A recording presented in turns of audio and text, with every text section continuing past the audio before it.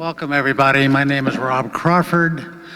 I'm a co-founder of the Washington State Religious Campaign Against Torture.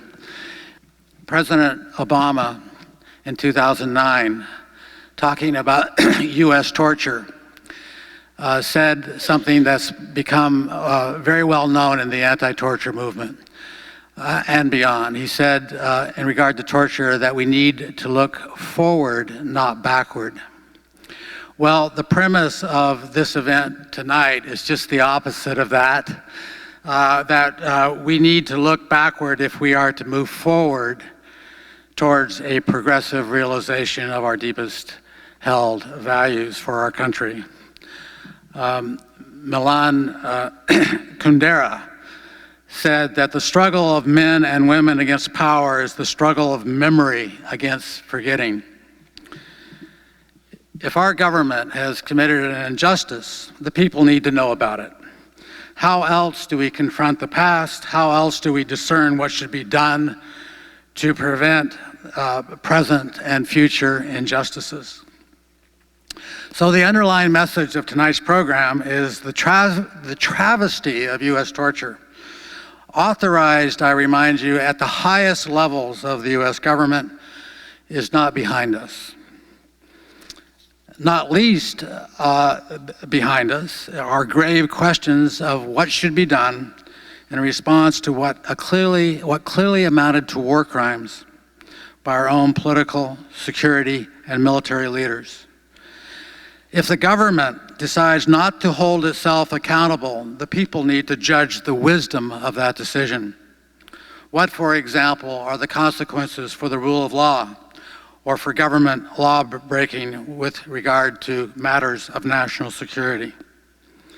But there are many reasons why torture won't just vanish from the political present, why it is important that we continue to grapple with it. Guantanamo remains open. Defenders and proponents of so-called enhanced interrogation continue to advocate their cause.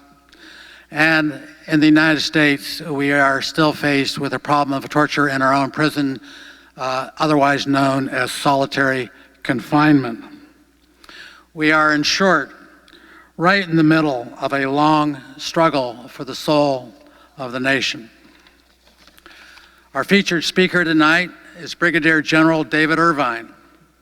Please read his bio in your program. He has 18 years teaching intelligence and law, military law, over 40 years in the military, he is here tonight as a member of the bipartisan task force on detainee treatment sponsored by the Constitution Project. There's much to say about how important this report is by the Constitution Project, but I will let General Irvine make that case. I do want to add something about, I think that is distinctive about General Irvine, a testament that is also something crucial to know about U.S. torture. And that is that the courage to speak out against torture, and it did take courage, came from individuals across the political spectrum, from both parties, from high-level officials in the military, in the security personnel, and other places. Without this opposition from across the political spectrum, the anti-torture movement would go nowhere. General Irvine, we are in your debt, and in debt to all those within the military or retired from the military who knew and acted upon the knowledge that torture is wrong. Following General Irvine's remarks, Reverend Rich Lang, pastor at University Temple United Methodist Church, will speak. He's a powerful voice here in Seattle on torture and many other justice issues. Professor Beth Riven teaches human rights in relation to matters of global health and justice and is director of that program at University of Washington. And Scott Ream, who is the senior counsel for the Rule of Law Project at the Constitution Project. We are also honored tonight with the presence of Representative Jim McDermott, 7th Congressional District, whom I'm sure that almost everyone in this room is very grateful that Jim is our representative. Jim has spoken out on the torture issue on several occasions. He was one of 40 House Democrats who signed a letter urging the president to release the Senate Intelligence, or summary of the Senate Intelligence report very quickly. Will have a lot to say about that tonight. And in February 2010, Jim offered an amendment to the Intelligence Authorization Act in which he tried to codify specific aspects of what President Obama's executive order did not address. So that never made it into the bill, but the effort was an important effort, and it will be remembered. We're very thankful to Jim for that. And so, without further ado, I just want to give Jim the opportunity to say a few remarks to us.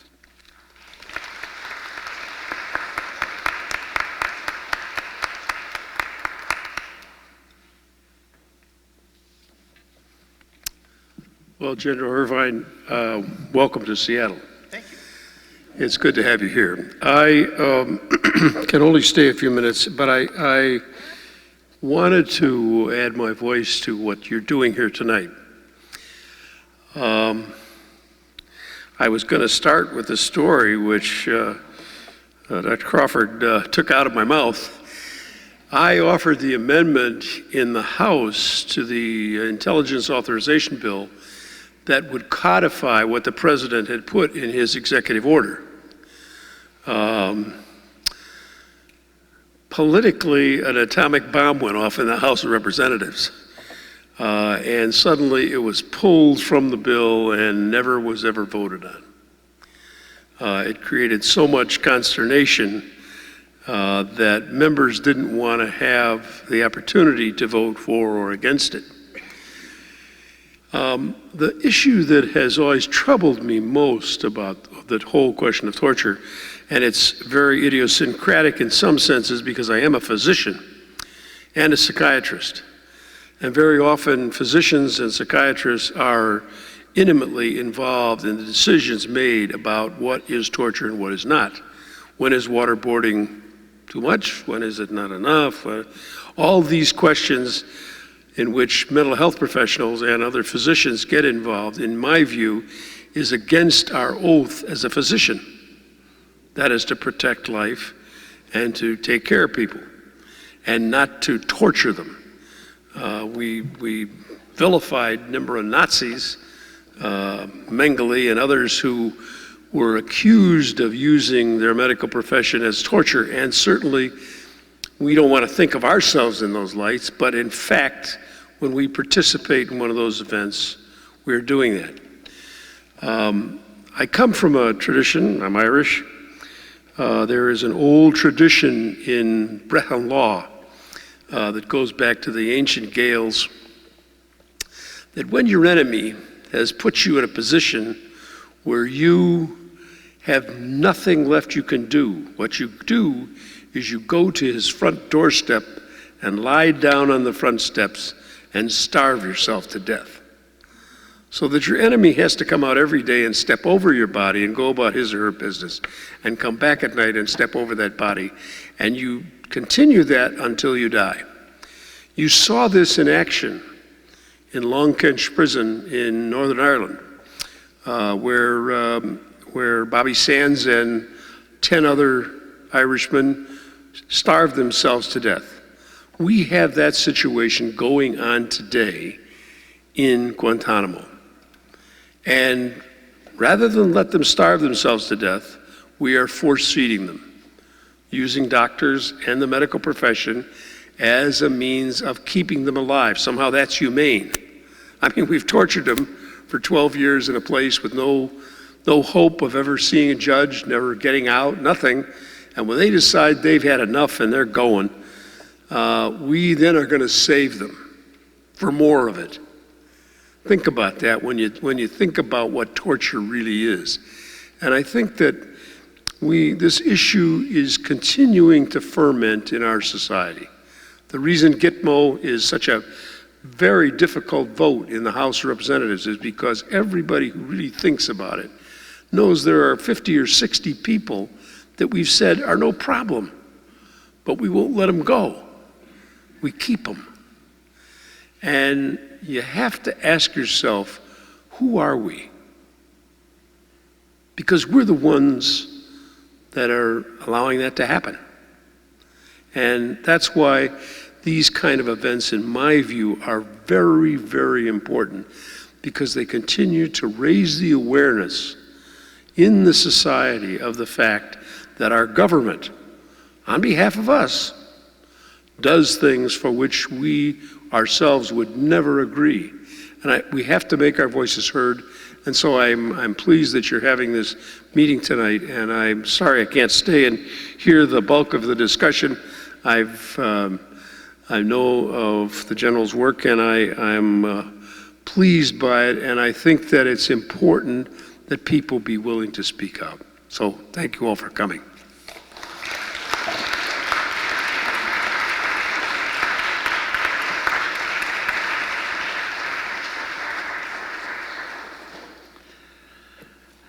I'm David Irvine. I'm very happy to be here with you this evening. I appreciate very much having had a chance to listen to Congressman McDermott and appreciate so greatly his commitment to doing the right thing in this very difficult situation. I'm going to be as brief as I can be, because we want to leave time for you to ask questions if you would care to, and we can respond to that. We would like the discussion to be guided by what you are interested in. Let me just say preliminarily that I'm a lawyer and I practice in Salt Lake City. I spent 18 years as an Army intelligence officer, holding down an assignment with the Army Intelligence School, teaching prisoner of war interrogation and military law over a fairly long period of time to a fairly large number of soldiers, Marines, and airmen. And I think that's why I was invited to participate in this task force, as well because I have been part of a group of some 50 to 60 retired admirals and generals who have been very active since 2005 in trying to make the case that as a nation we are safer if we respect the Geneva Conventions and if we hold prisoners who are in our custody in accordance with the standards that Geneva requires. We have been unhappy and working hard to try to get the United States out of the torture business. We have tried and still try to get the prison at Guantanamo closed and to either try those who are held there or release them. We believe strongly that indefinite imprisonment without charges and without a trial is absolutely contrary to the values of the United States. So the task force that the Constitution Project put together was a bipartisan effort. And let me just introduce the two co-chairs of the project. One was a former member of Congress who is a Republican, Asa Hutchinson, and some of you may remember Congressman Hutchinson from Arkansas as one of the House managers in the Clinton impeachment hearings. Another co-chair, the other co-chair, I should say, was a former congressman, a Democrat, former Congressman James Jones, who also was, I was interested to learn, Chief of Staff for President Lyndon Johnson. Both of these individuals were diligent, they are distinguished, they are men of integrity, they are men who, while having different political positions on many, many things, found it important to be a participant in this bipartisan effort dealing with this significant subject in our history. We produced this report. It's a 600-page report. It is, in our judgment, the most comprehensive report and look at what the United States did with those in our custody from 2001, how we treated them, how we interrogated them, and very importantly, what we did or did not receive from them by way of strategic information. The task force made 24 separate findings and recommendations, and I should state that 23 of those 24 were unanimous decisions. And I'm not going to read these slides, but I would just call your attention to a couple of things. The events that we examined in this report are truly unprecedented in our history. There have been many wars in which we have been involved. There has never been an instance before where the kinds of detailed discussions took place at the very top echelons of our government as they took place here, dealing with the wisdom, the propriety, and the legality of deliberately inflicting unspeakably severe pain and anguish mentally on people in our custody. And we proceeded from a belief that having as thorough an examination as possible of what occurred during this period really only strengthens the nation and better equips us to deal with the next crisis when it comes along, as a crisis will surely come along.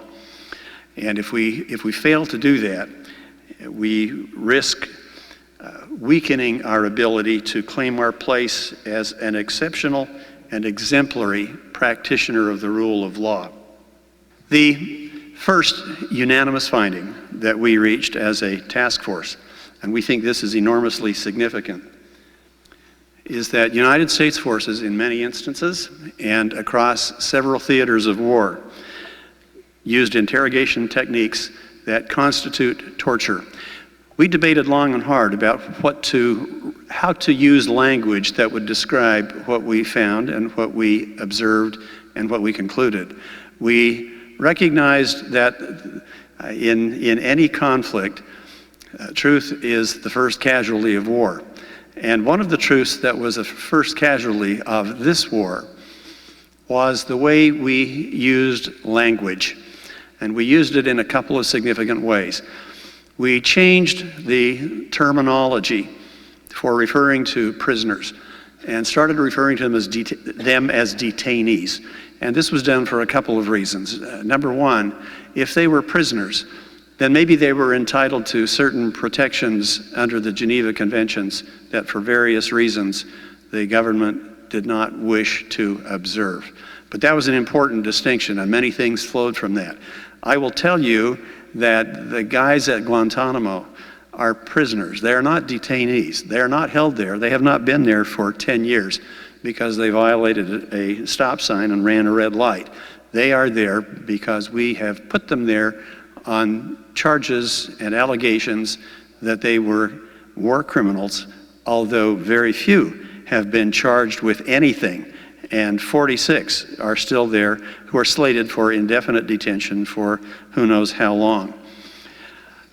The second unanimous finding that we made was that the nation's most senior officials, through some of their actions and inactions, bear ultimate responsibility for some of the conduct that we found was in fact torture.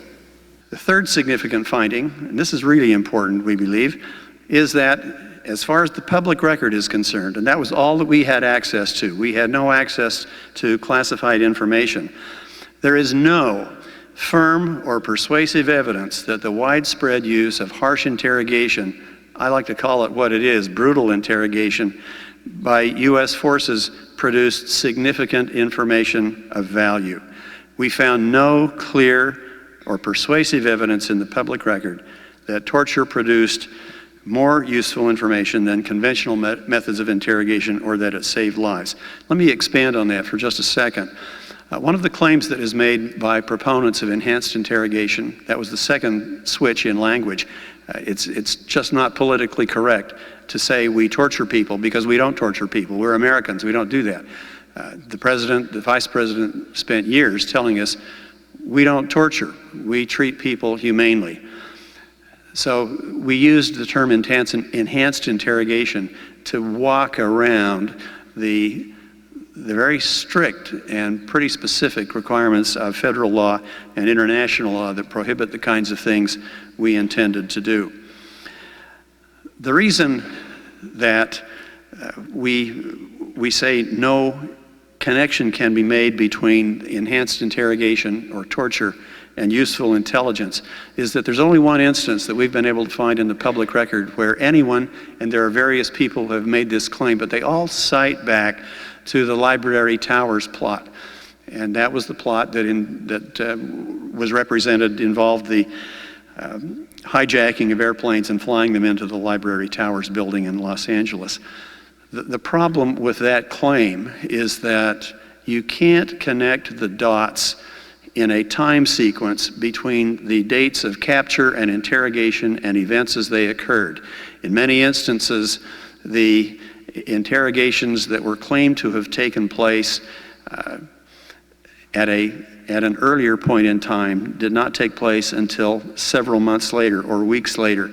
The timeline that would support a finding that interrogation A led to piece of information B, which led to the arrest of person J, which ultimately led to information contained in P, Q, R, and S that thwarted a plot, cannot be established from the public record.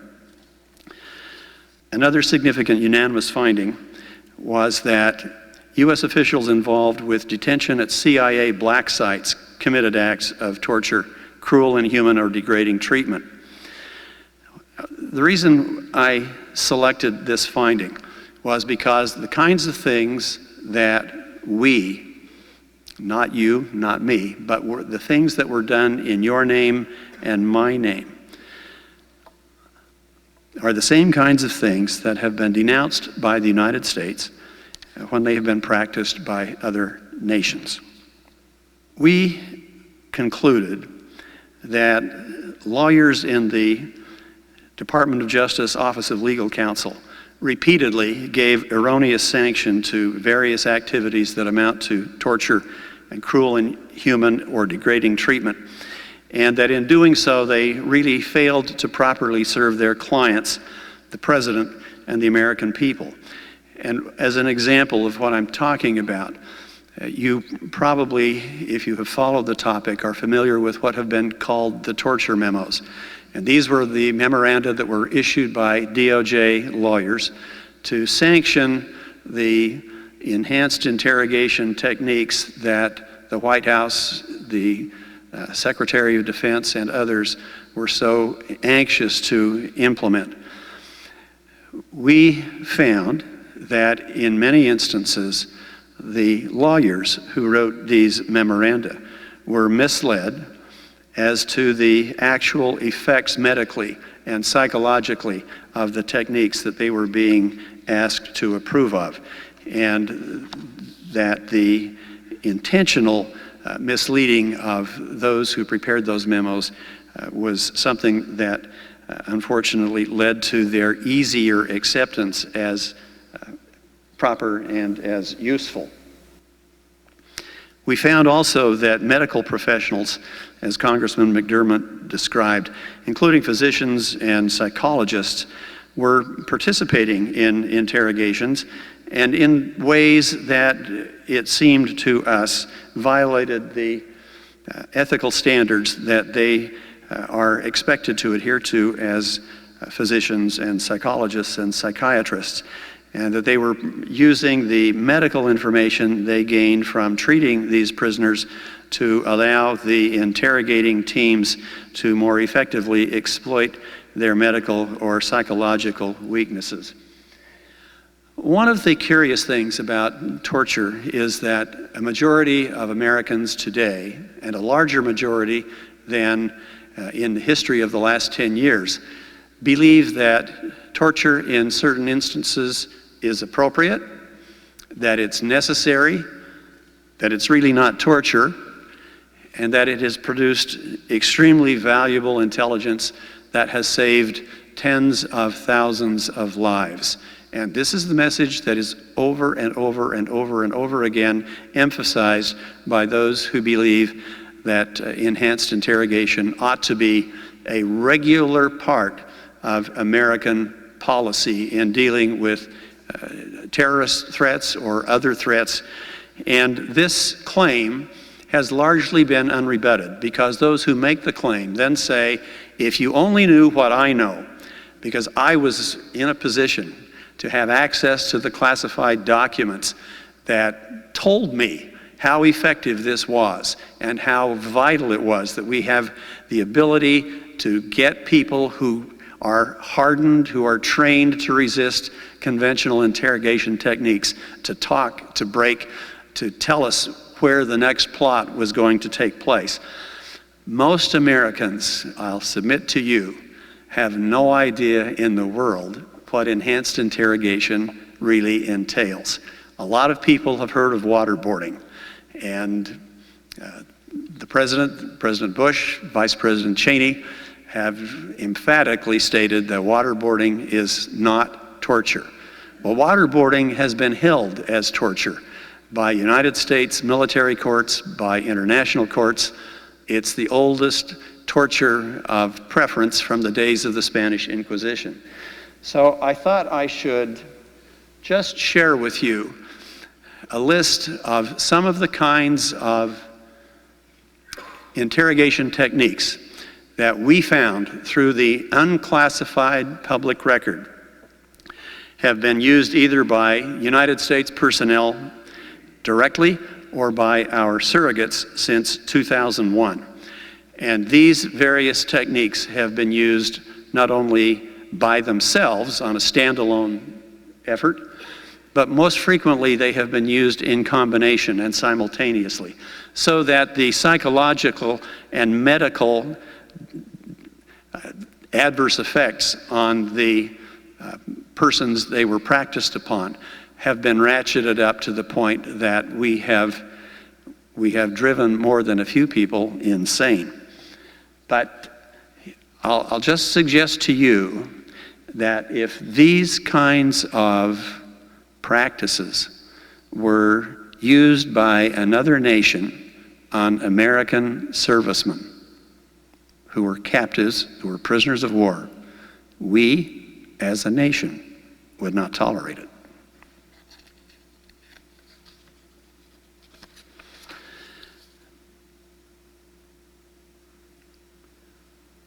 I became interested in this topic when I saw the pictures at Abu Ghraib, as did many of my colleagues. And I'm sharing with you a statement that former Secretary of State Colin Powell made following Abu Ghraib.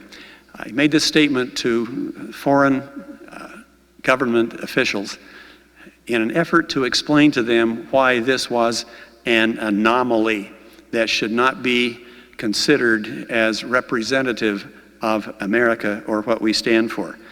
And I will read this with you. Watch America. Watch how we deal with this. Watch how America will do the right thing. Watch what a nation of values and character, a nation that believes in justice, does to right this kind of wrong. Watch how a nation such as ours will not tolerate such actions. They will see a free press and an independent Congress at work. They will see a Defense Department led by Secretary Rumsfeld that will launch multiple investigations to get to the facts. Above all, they will see a president, our president, President Bush, determined to find out where responsibility and accountability lie, and justice will be done. Well, we've had a lot of investigations. I'm not sure that the statement, justice will be done, was a promise that was ever redeemed, but I'll leave that to your conclusion. I'm just putting this up so that you can take a quick look at some interesting facts about the Guantanamo adventure. The number of prisoners at Guantanamo obviously is not 164. As of last week, I think I'm informed it's now 149. So there has been that change. But the rest of the data is pretty much true. And I would just call your attention to a couple of things. The Guantanamo prison facility is the most expensive incarceration facility the government operates. It costs us $2.7 million per prisoner per year to house the remaining prisoners at Guantanamo. And with the release of the last 5, that number is going up. the cost per prisoner in the federal system, federal penitentiaries across the country, is anywhere from $34,000 to $78,000 per inmate per year. But let me just call your attention to one of the most ironic aspects of what Guantanamo has become. And this is from Colonel Mo Davis, who was the chief prosecutor for the Guantanamo Military Commission proceedings until he resigned. And the reason he resigned was that he refused to prosecute with evidence that had been obtained under torture. But he made this observation not too long ago. Speaking of the military commission system, it's a very strange system where a guilty plea to a war crime is your ticket home. But if you are never charged with a war crime, you can be imprisoned for life. I'm flipping this up because it's a letter that a number of my colleagues and I sent to members of the Senate last year. And I'll just call your attention, first of all, to that list of retired admirals and generals. And I put that up because I hope you will appreciate that these are not flower children. And they're not advocating that prisoners of war be mollycoddled. They're not proposing that every night before going to bed, every prisoner at Guantanamo be given his choice of strawberry or chocolate ice cream. They're approaching the issue of Guantanamo from the very serious consideration of what makes sense for national security. As retired flag and general officers, we believe it is imperative for Congress to address Guantanamo now. It's a betrayal of American values. The prison is a symbol of torture and justice delayed. In 2005, I had the unique experience of sitting around a very, very large conference table with a group of about 50 of these retired flag officers. And the officer at this end of the table was a retired four-star Marine who had been the Commander-in-Chief of Central Command following the First Gulf War, General Joseph Hoar. The officer at this end of the table was a four-star Army retired General, Jack Vesey, who had been chairman of the Joint Chiefs of Staff. General Vesey was one of the most respected Army officers in the history of the service. But as we were all going around this room and I listened to these guys each make a comment about why they were there, and they all flowed from having seen what I saw and what you saw in the photographs at Abu Ghraib. But finally, General Vesey, who was at this point kind of creaky, was waving an old field manual in his hand, and he said, "All right, I want you guys to pay attention to what I'm going to tell you, because it's really, really important." And he said, "This is the gold standard, and somehow we have allowed ourselves to be led away from the gold standard." And then he quoted from a few paragraphs in that manual. And I was impressed enough with what he said that I've copied that. I've passed this out in I don't know how many places. But this is the key language. U.S. law follows the flag. Murder, rape, torture, theft are all criminal acts. This is the key. Whenever an officer winks at the depredations of his men, it is no different than if he committed the act. When soldiers understand that depredations will not be tolerated, they will comply. And I'll just say very quickly to you that Abu Ghraib was not the work of a few bad apples. It was too many officers, too many non-commissioned officers, not paying attention to what soldiers under their command were doing. And that vital element of command discipline broke down, and they became a mob. This list of claimed advantages to enhanced interrogation is interesting, and I'm not going to read those to you, but I want to call your attention to the line at the very, very bottom. The task force found evidence in the public domain that refuted or cast doubt on every one of those claims.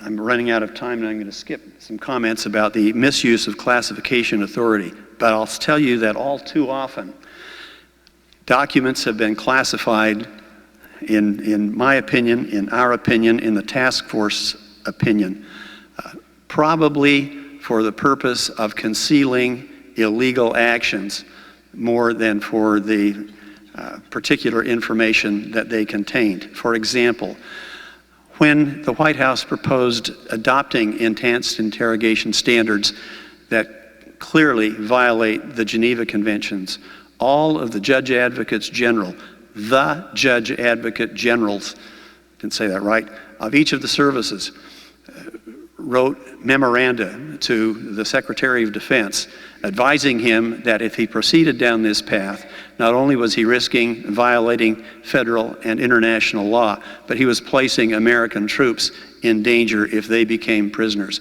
Those memoranda to the Secretary were classified because the administration did not want them to become public. It was only because Senator Lindsey Graham pitched a fit that they were eventually released. And I'll conclude by just noting that the torture fires have been banked, but they are not extinguished. As long as the proponents of enhanced interrogation, torture, can continue to claim that torture and abuse are critical to protecting the nation against terrorist attacks, while the hard evidence to support those claims remains shrouded in secrecy, there will be a temptation. I'll go even farther. There will be a public demand to do whatever it takes to protect the nation in times of a future crisis. And because we as a nation have been sold this bill of goods, that torture is the key to our security and safety, there will be a demand that it be restored to what some claim ought to be its rightful place as a necessary and valuable tool of conducting American military and foreign policy. And with that, I'm going to close and thank you very much for the opportunity to be here. And Rob, I'll turn that back over to you.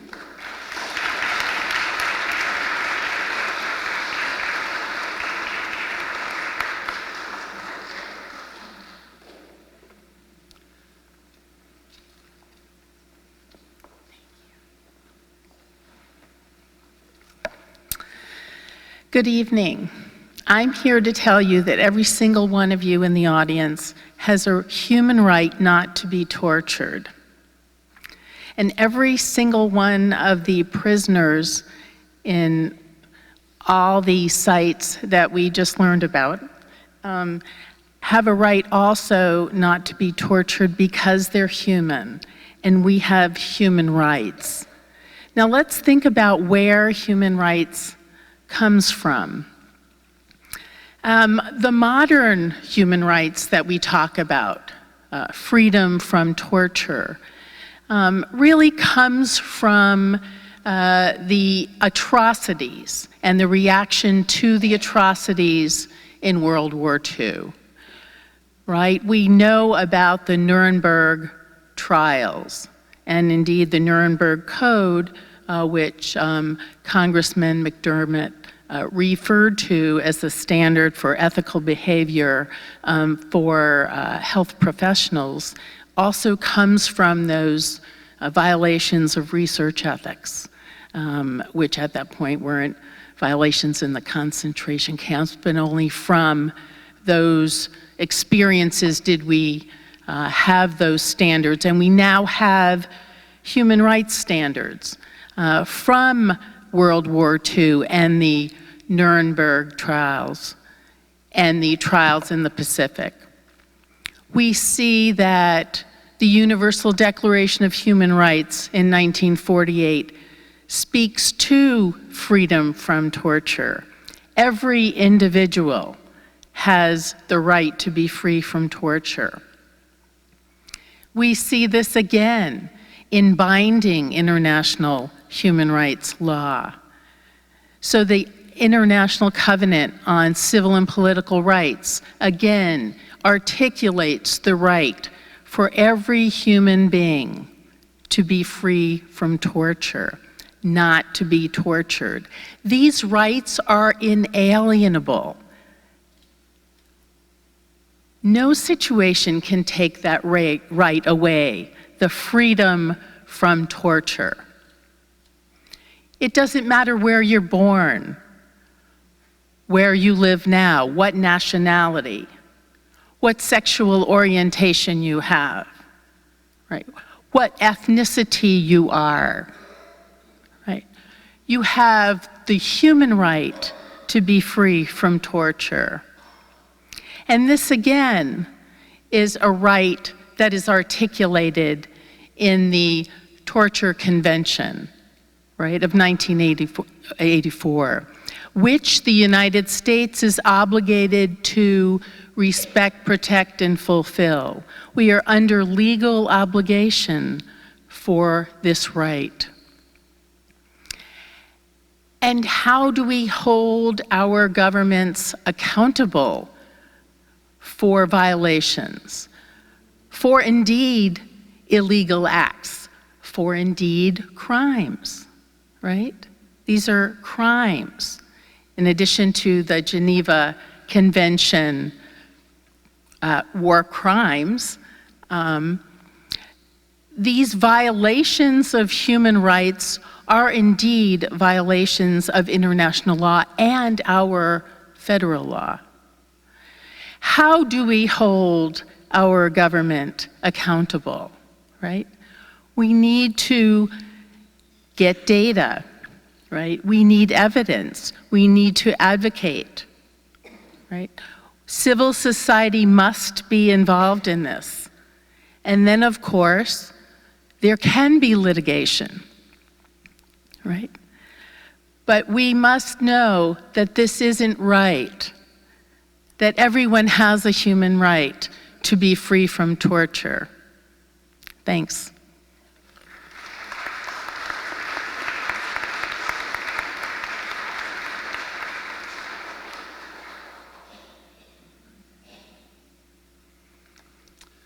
I was asked to be here as the religious voice, and there is a coherency of the religious voice in just about every religion I know, and it's some version of the golden rule, do unto others as you would have them do unto you.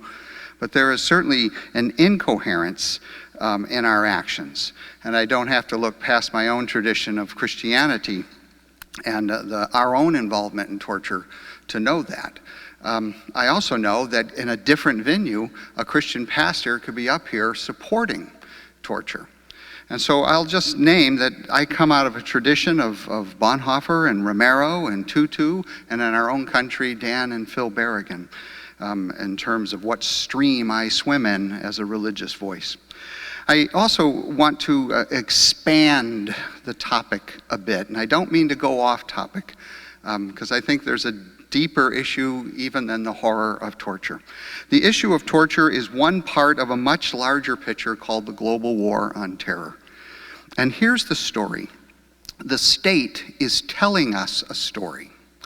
And the story is that we are under attack and need to be afraid. And this story is rooted in 9/11. A day when 19 basically low-life, mostly Saudi Arabians outwitted the multi-layered trillion-dollar defense systems of America. Conveniently, on a day when war exercises were happening that both confused a response and had removed the capacity to respond from the area.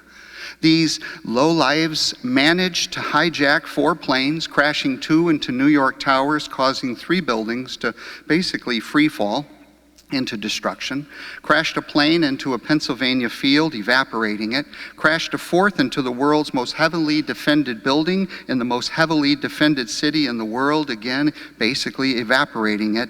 And then in the aftermath, other terrorists managed to leak out an anthrax attack on 2 Democratic senators just in time to pass an unread but somehow already put together Patriot Act that in effect ceded the power of Congress into the executive branch, transferring it into a unitary executive operating under a dictatorial framework, a perpetual state of emergency.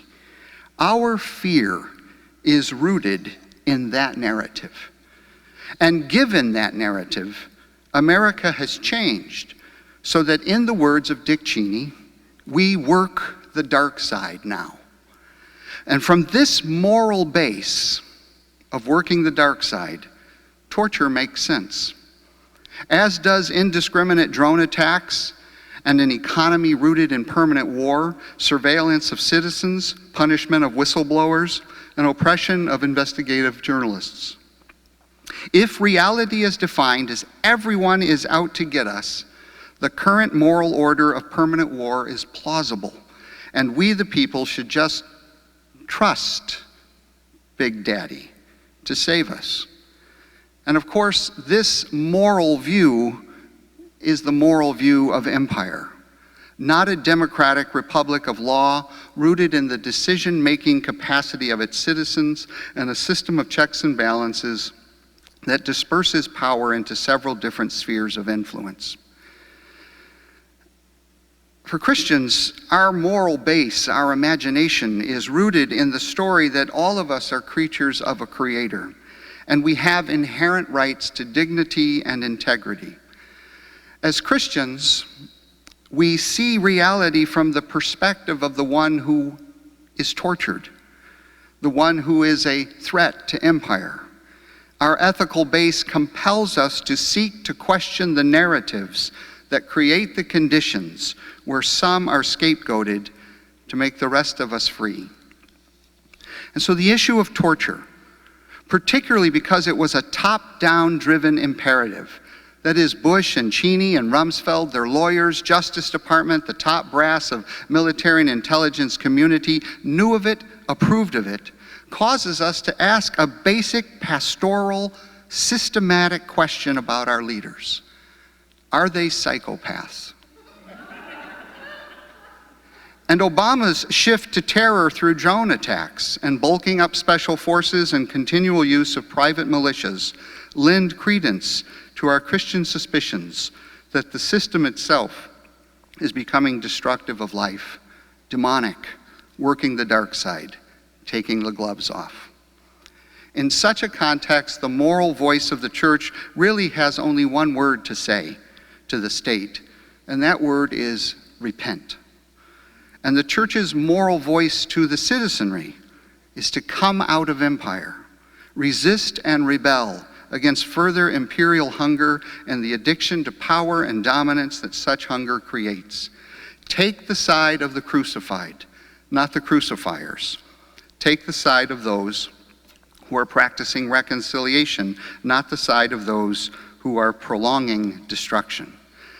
And so to be clear at how impractical asking the state is to repent, I just want to lift up 10 quick actions. They're not quick actions, but 10 actions of what I mean by what happens when the state repents. And the first is to close Guantanamo, but then to give the land back to Cuba as an act of penance. The second is to begin immediately to cut the military budget in half, by 50%, perhaps over the next decade, maybe 2 decades, and commit to shutting down of our global military bases by the same percentage. The third is to ban private militias.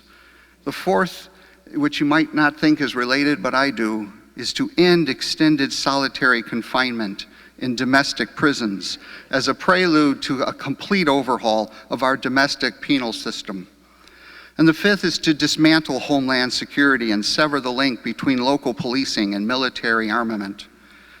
The sixth is to reopen an investigation of the 9/11 military intelligence failures. Why has no one been held accountable? Why were those in responsibility promoted, and in some cases even given great honors like the Medal of Freedom? The seventh, again, you might think a stretch, but I think hand in glove, is to dismantle the Federal Reserve Bank and restore the national purse to the Congress. The eighth is to prosecute the leaders who have broken U.S. and international law codes, and to prosecute the leaders who have, and to free the whistleblowers from prison. And finally, I think where I am where the panel would probably be in agreement with me, is to declassify and publish the Senate Select Committee on Intelligence's 6,000-page report on torture. None of this is going to happen, maybe the last. To come out of empire is to do the work of penance. To stay within empire is to continue pretending that the system isn't as bad as it actually has become. A religious voice against torture is usually a very respectable and therefore predictable voice. But what is needed today is a voice that goes deeper, insisting that the nation is on a path of spiritual and institutional death, a voice that teaches the nation how to resist and rebel against empire.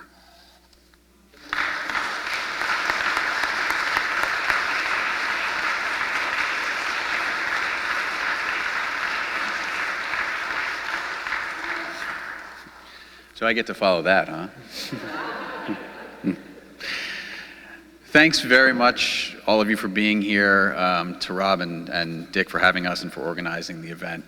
I'm going to briefly give you some background information on the Constitution Project, how the task force project came about, a few of the nuts and bolts that General Irvine didn't touch on, and then pick up quickly on 2 points that have been made previously, but I really want to do that briefly so we can get to a dialogue with all of you.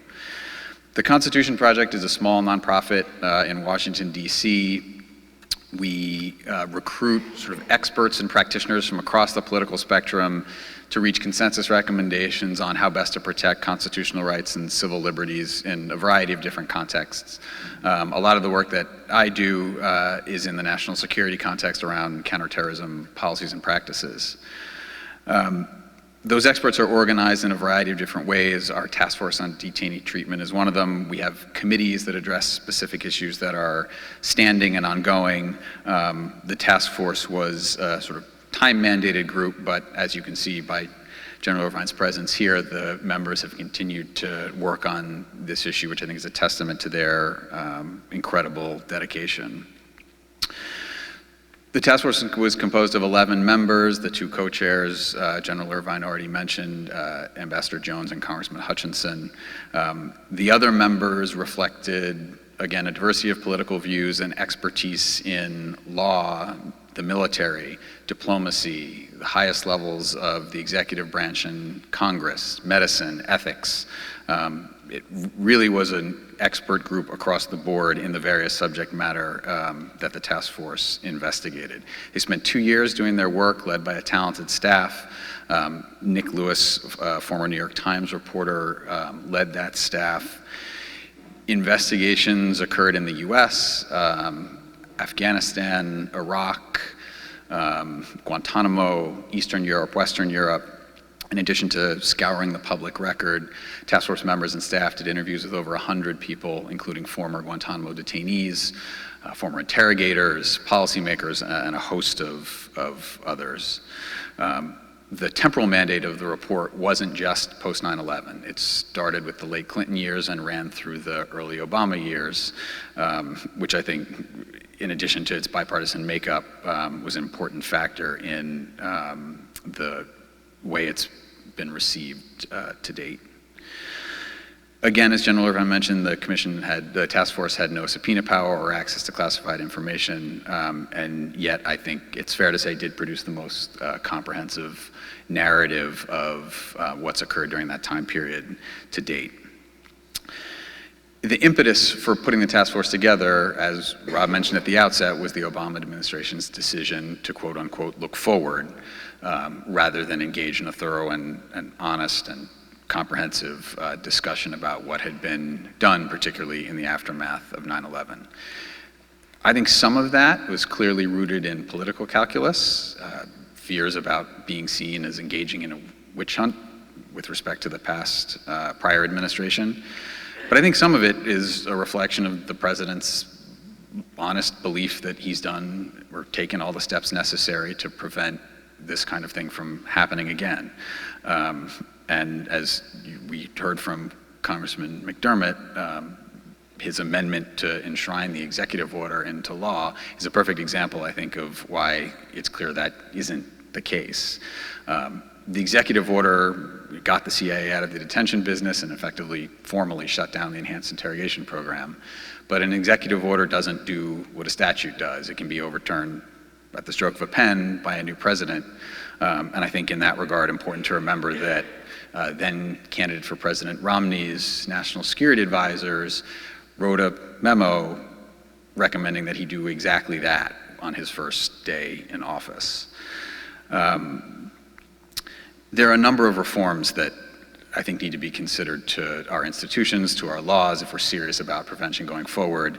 The task force has recommended a number of them, closing loopholes in statutes that smart lawyers sort of seized on and exploited to lawyer acrobatically around legal prohibitions, more transparency about what went on, particularly in the post 9/11 context, starting with release of the Senate Intelligence Committee's 6,300-page report on the CIA detention program, prohibiting reliance on medical providers' opinion that an interrogation technique is safe as a basis for finding it legal, and a number of others.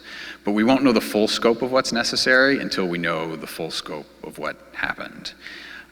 And it's my view that we're not going to see meaningful reform or movement towards that, at least not anything that requires Congress or this administration to be proactive without a shift in public opinion on torture. And I think that shift is unlikely to happen in the absence of a more fulsome truth.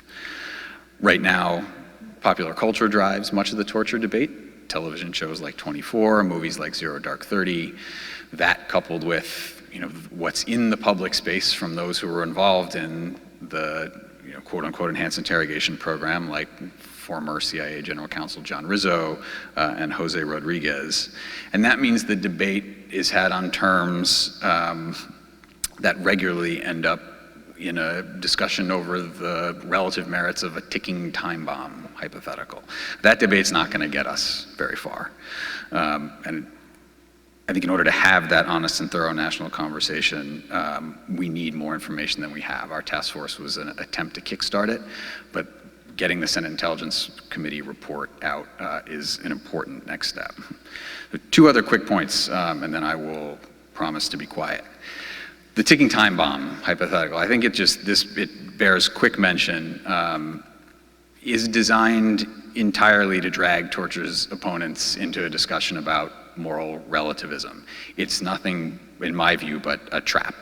And I think it's important to remember three things. As Professor Riven said, there's no exception in international law or US law for a quote-unquote ticking time bomb scenario, right? The prohibition against torture is absolute.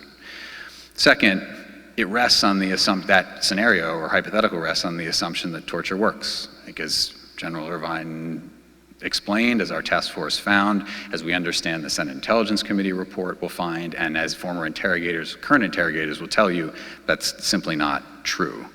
But I think the third and maybe the most important point is that I am not aware of any single instance in history of an actual fact pattern that looks like the ticking time bomb hypothetical. If it's out there, please somebody let me know. I pay pretty close attention to this stuff and I haven't seen it. It's a favorite of pop culture. It's a favorite of pop culture because it's fiction.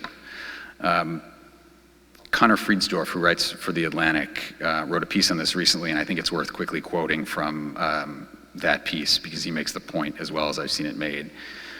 And I quote, "Unless Hollywood screenwriters start engaging in murderous acts of performance art, no actual terror plot is ever going to involve a time bomb, a code to defuse it, a collaborator in custody who has that code, FBI or CIA agents who know it, and a waterboarding table on hand. The image of the ticking time bomb was carefully chosen to evoke an inevitable catastrophe unfolding on a specific time frame that's already been set in motion, can still be stopped, but only with the knowledge that torture alone will elicit. This is comic book stuff." And indeed, one of the principal architects of the CIA's interrogation program, the acting general counsel at the time, John Rizzo, has said publicly he isn't aware throughout the life of that program of any actual ticking time bomb scenario that CIA interrogators uncovered. One last note on a point that Congressman McDermott made earlier, and that was referenced again, I think by at least one of my fellow panelists, force feeding at Guantanamo. The enhanced interrogation program has effectively been shut down. As far as we're aware, there aren't detainees still going through what that program authorized. Force feeding at Guantanamo is ongoing. There was a massive hunger strike last year, which I'm sure many of you are aware of. More than 100 individuals participating, over 45 of whom were force-fed. although on a smaller scale, it continues today. It's not well publicized or understood because in December of last year, the military decided to drop a veil of secrecy on hunger strikes and hunger strike management at the prison. Information they had routinely provided on a daily basis about the number of people on hunger strike, the number of people hospitalized, the number of people being force-fed. They decided they'd no longer provide that information, and they would no longer make public the protocol by which hunger strikers are managed. That secrecy was justified on security grounds and the best interests of the detainees. I think neither of which argument has merit. And I raise this not only because the medical community in the United States, internationally, international institutions and organizations and a host of others have objected to force feeding at Guantanamo as unethical, a violation of human rights, or otherwise objectionable, but because there's a large chasm between what some consider to be a legitimate debate over what to do about a hunger striking detainee who makes clear his wish to continue to refuse food and is literally about to die if he doesn't receive it, and the current practices at Guantanamo for force feeding detainees. In the very literal sense, detainees are force fed. They're subject to this practice in a 5-point restraint chair. That means ankles, wrists, and head. They are often forcibly extracted from their cell to the feeding chair. That's a brutal practice, according to accounts of detainees. They're often forcibly extracted from the feeding back to their cell. There's a new requirement at Guantanamo that they must be weighed at least monthly, some detainees more frequently. There is often forced extraction to be weighed. And there are serious allegations that have arisen in recent litigation and in some respects aren't new about the feeding process itself, how much liquid is being given, how fast it's being given, how long somebody spends in the restraint chair. Why can't individual assessments be made for each detainee about whether they need to be restrained during voluntary feeding, especially if they're being fed at a point where their life is really in jeopardy? Do they pose the sort of risk or threat used to justify restraints? Why aren't all feedings videotaped? We've learned recently that some are, but it's not clear how many, and the Department of Defense has not turned those videotapes over, as far as I'm aware, to anyone, including congressional oversight committees. What efforts are being made to establish trust between detainees and medical professionals so that there can be a conversation about the risks of engaging in a hunger strike that is meaningful? Obviously, there's not a lot of trust between medical providers at Guantanamo and detainees for good reason. Isn't it possible that at least making the practice of involuntary feeding more humane would reduce the frequency with which individuals have to be extracted from cells violently? It seems like that would be in everyone's interests. These are just some of the questions that don't get talked about in the debate over hunger strikes and force feeding at Guantanamo, and they need to be whatever one's views of the ethics and morality of allowing a competent hunger striker to die if that's his wish.